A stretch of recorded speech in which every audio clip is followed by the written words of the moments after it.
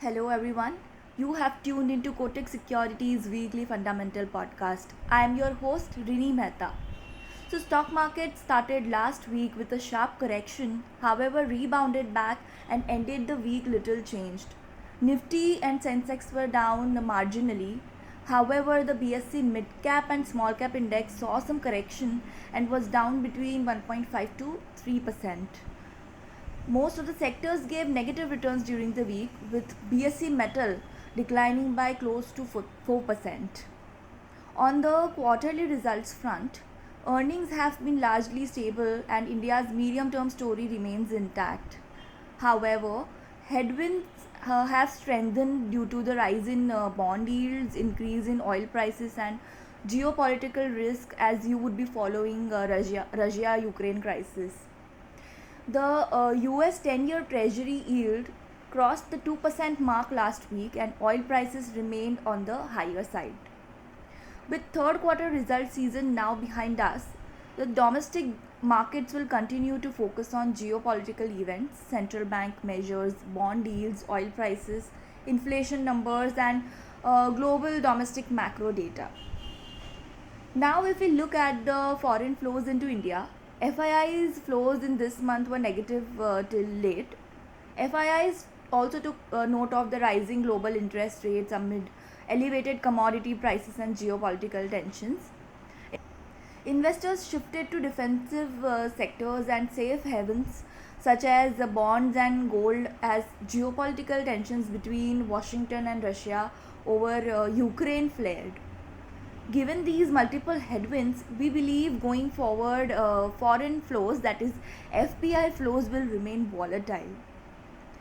Meanwhile, flows in emerging markets were mixed in the month of Feb, with Thailand, Indonesia, South Korea, and Philippines reporting positive flows. Moving on to the top stock picks.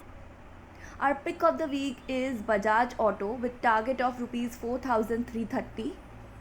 This auto major seems to be upping the game in the electric vehicle space.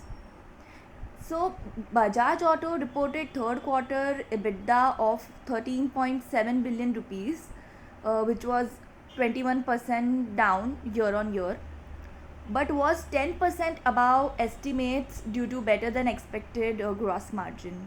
Even as domestic two-wheeler segment demand remains weak, we believe the company is well placed to benefit from strong momentum in exports and recovery in the premium motorcycle segment, which could be aided by improvement in the supply chain situation.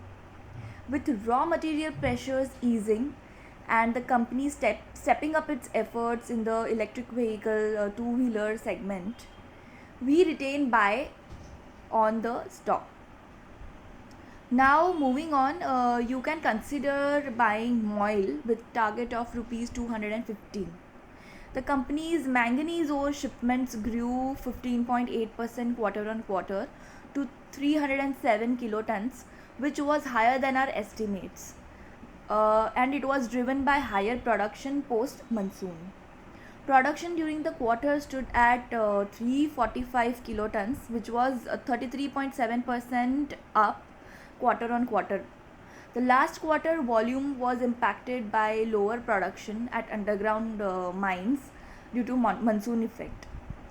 Driven by the improvement in ferro alloy and steel production, we expect volume to remain strong in fourth quarter also. Lastly, we also like Greenply Industries. You can consider buying the stock with a target of rupees 260. Greenply's revenue and net profit came on expected lines. Operational performance was below expectations due to raw material cost pressure. We expect the demand for wood panel products to remain healthy over the medium term. Upcoming new plants would also support growth over the coming years. So we have trimmed our FY22 to FY24 earnings estimate by 2 to 4%. We retain buy rating on the stock with revised target of rupees 260, which was earlier at rupees 269. So guys, that's all for today. For more updates, Follow us on Telegram and Instagram. Happy investing. Thank you.